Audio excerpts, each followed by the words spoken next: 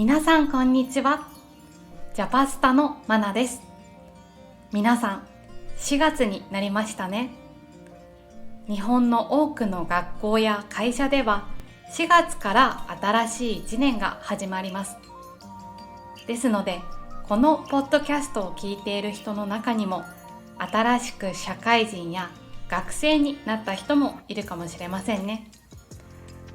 ですので今日は日本で働くときに知っておきたい3つのことというテーマで話をしたいと思います。これから日本で働きたい人や今日本で働いている人にとって役に立つ内容だと思います。それではまず日本で働くときに知っておきたいことの1つ目です。1つ目は日本で働くときはほうれん草が大切です。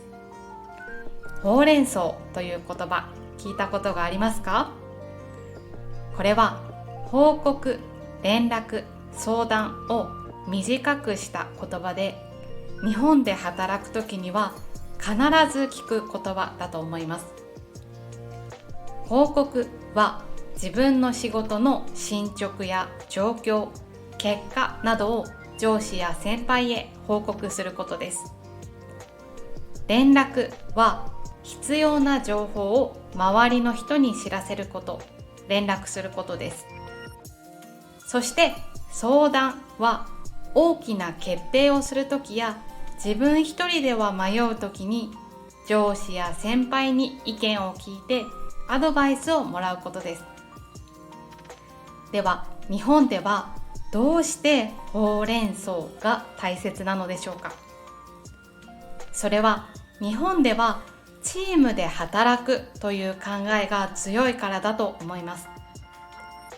日本では自分一人だけの成果よりもチームの人たちといい関係を作ってみんなで目標を達成することが大切だと考える人が多いです。ですので日本の会社で働くときはチームで働くという考え方、そしてそのためにほうれん草というコミュニケーションを日本人は大切にしているのだと知っておくといいと思います。そしてもし皆さんが日本人の上司の下で働くことになったら、こまめにほうれん草をしてみた後でタイミングや内容はどうかと上司に聞いてみるのがいいと思います。ほうれん草のタイミングや内容、方法などはその人、その上司によって好みが違うので、日本人でも難しい部分です。ですので、もし迷ったら直接その人に確認してみるのがいいと思います。それでは次は日本で働くときに知っておきたいことの2つ目です。2つ目は時間や期限を守るということです。日本人は時間や期限をきっちり守る人が多いと思います。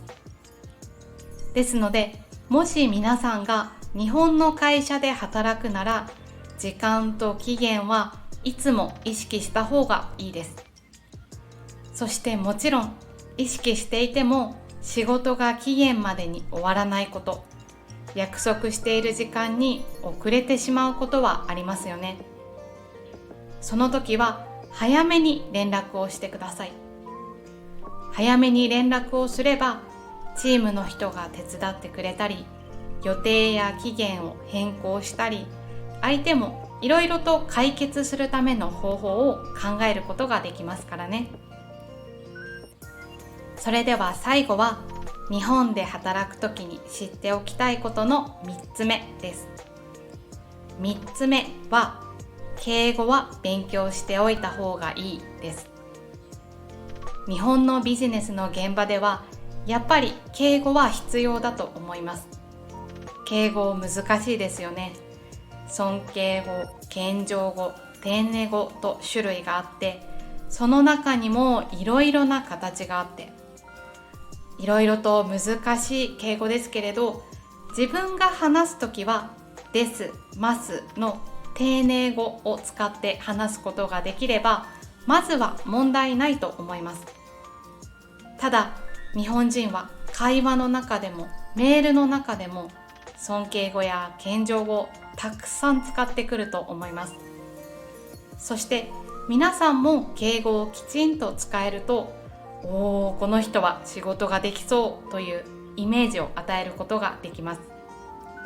ですので、これから日本で働きたい人、そして今日本で働いている人は、まずは相手が言った敬語を理解できるように勉強してみてくださいね。今日は日本で働くときに知っておきたい3つのことというテーマで話をしてみました。皆さんの国では他の国と比べて何か働き方や考え方の特徴がありますか？もしよければコメントで教えてくださいね。それでは今日はここまでです。このポッドキャストが役に立ったら、いいね、チャンネル登録をよろしくお願いします。それではまた次の動画で会いましょう。バイバーイ。